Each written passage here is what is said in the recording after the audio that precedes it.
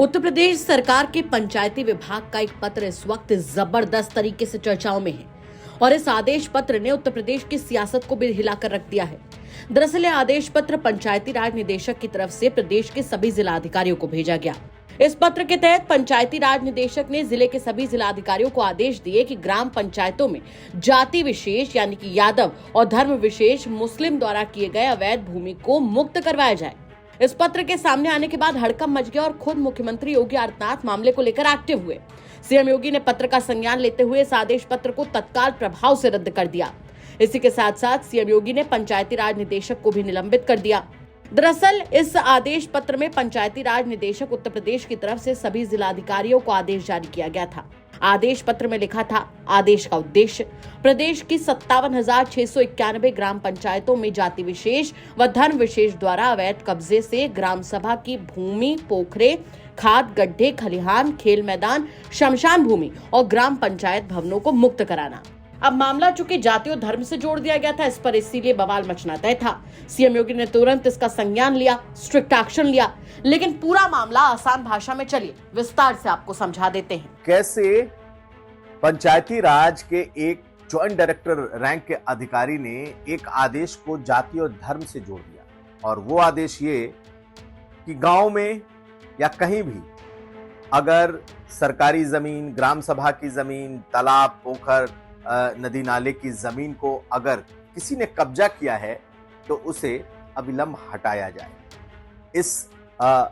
इस आदेश में कोई गलती नहीं है, लेकिन इस आदेश में बकायदा गलती नहीं, जानबूझकर ऐसा लगता है मानो जाति और धर्म विशेष के खिलाफ ऐसी अवांछित टिप्पणी की गई है जिसे कोई सभ्य समाज स्वीकार नहीं कर सकता। बकायदा सरकारी जियो में, गवर्नमेंट ऑर्डर में यह लिखा गया कि यादव और मुसलमानों ने अगर इस तरह की जमीनों पर कब्जा किया है तो उसे अविलंब तत्काल हटाया जाए। बकायदा जाति का नाम मेंशन है। और ये लेटर जब सोशल मीडिया पर वायरल हुआ, और खास करके लखनऊ के ही पास के मोहनलालगंज के इलाके के बीजेपी के ही एक कार्यकर्ता ने इस लेटर को जब सोशल मीडिया पर डाला, उसके बाद सरकार हरकत में आई।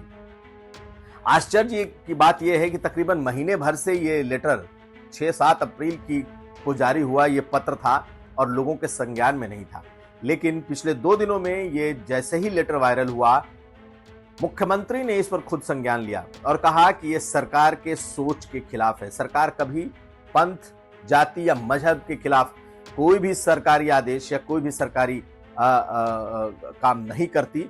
ऐसे में इस पत्र की भाषा बेहद आपत्तिजनक ही नहीं बल्कि ये सरकार के सोच के खिलाफ भी है, और इसे सरकार की सोच क्या, ये तो कहा जाए तो पूरी तरीके से इस देश के सोच के खिलाफ है, प्रदेश के सोच के खिलाफ है।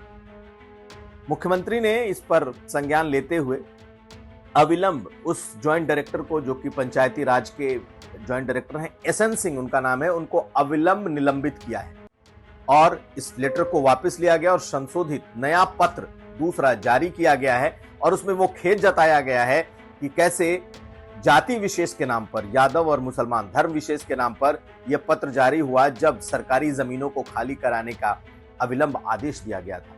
इसे कतई स्वीकार नहीं किया जा सकता, और जब ये बात मुख्यमंत्री तक पहुंची है तो इसे तुरंत इस पत्र के शुद्धिकरण के बाद, त्रुटि की शुद्धिकरण के बाद इसे वापस जारी किया गया है।